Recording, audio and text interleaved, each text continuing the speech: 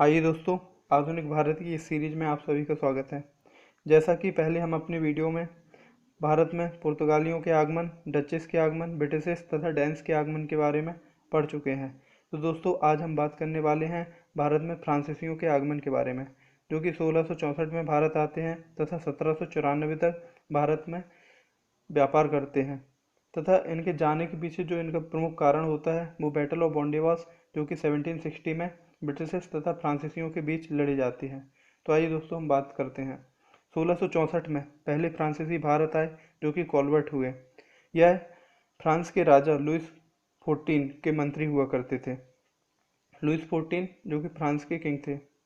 तथा 1664 में ही इन्होंने अपनी फ्रेंच ईस्ट इंडिया कंपनी की स्थापना की तथा इसे ही कंपनी डे इंडिस ओरिएंटल के नाम से जाना जाता था। तथा 1668 में इन्होंने अपनी पहली फैक्ट्री जो है वो सूरत में स्थापित की, जो कि फ्रैंको कैरो द्वारा स्थापित की गई थी। तथा इसी क्रम में 1669 में इन्होंने अपनी सेकंड फैक्ट्री जो है वो मूसलीपट्टनम में स्थापित की।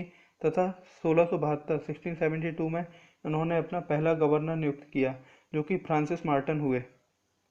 तथा फ्रांसिस मार्टन ने जो है वो शेर खान लोधी पर आक्रमण किया तथा पुडुचेरी पर अधिकार किया। पुडुचेरी यह गांव हुआ करता था जिस पर फ्रांसिस मार्टन ने अधिकार किया।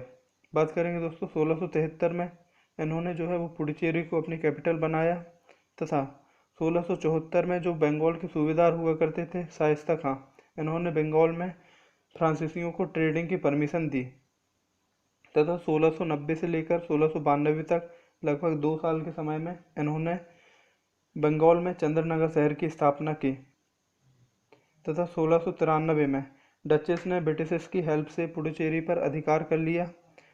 इसी के संबंध में 1697 में ट्रीटी ऑफ रिजविक होती है, रिजविक की संधि, जिसके तहत रिजविक की संधि के तहत जो पुडुचेरी जो है वो वापस मिलता है फ्रांसीसियों को।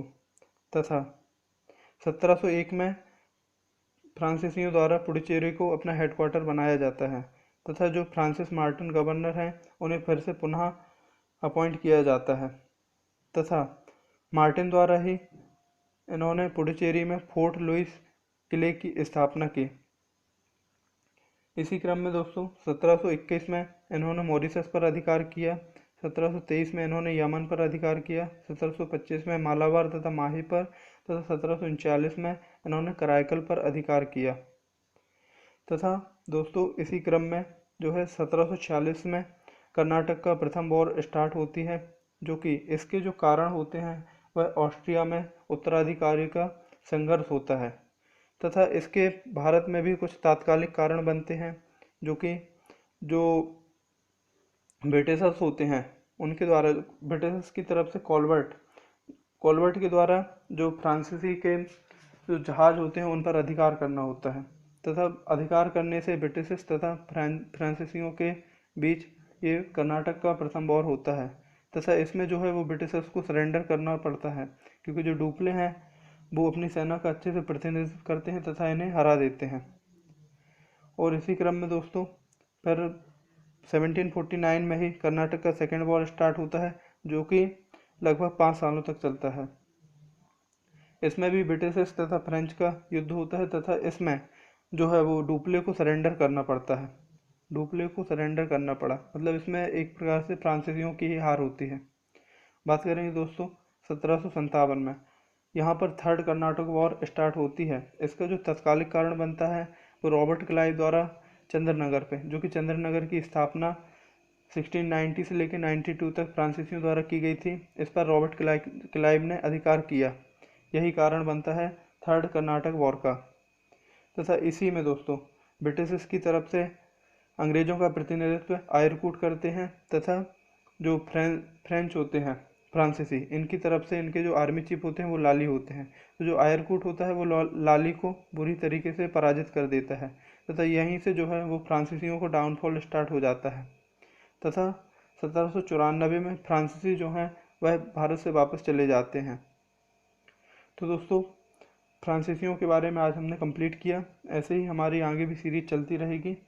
जैसा कि हमने आधुनिक भारत का टॉपिक यहाँ सेलेक्ट किया है तो हम इसको पूरा ही कवर करेंगे।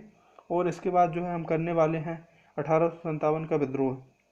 तथा उसके बाद में हम भारत में नवीन राज्यों का उत्कर्ष होता है जो विद्रोह के बाद, तो हम वह करेंगे। तथा ये जो नवीन राज्यों का उदय होता है, तो जो मुगल्स होते हैं उनके 22 सूबे हुआ करते थे, तथा 22 सूबों में 22 सूबेदार हुआ करते थे, जो कि जब 1707 में औरंगजेब की मृत्यु होती है, तो उसके बाद ये सभी अपने आप को, जो सूबेदार वहाँ के होते हैं, स्वतंत्र शासक घोषित कर देते हैं। यही कारण बनता है दोस्तों नए राज्यों का उदय का।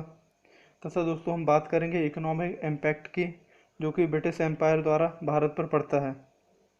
और उसके बाद हम भारत में समाचार पत्रों के विकास के बारे में भी बात करेंगे, तथा भारत में सामाजिक धार्मिक जो 19वीं सदी के रिफॉर्म्स होते हैं उनके बारे में बात करेंगे।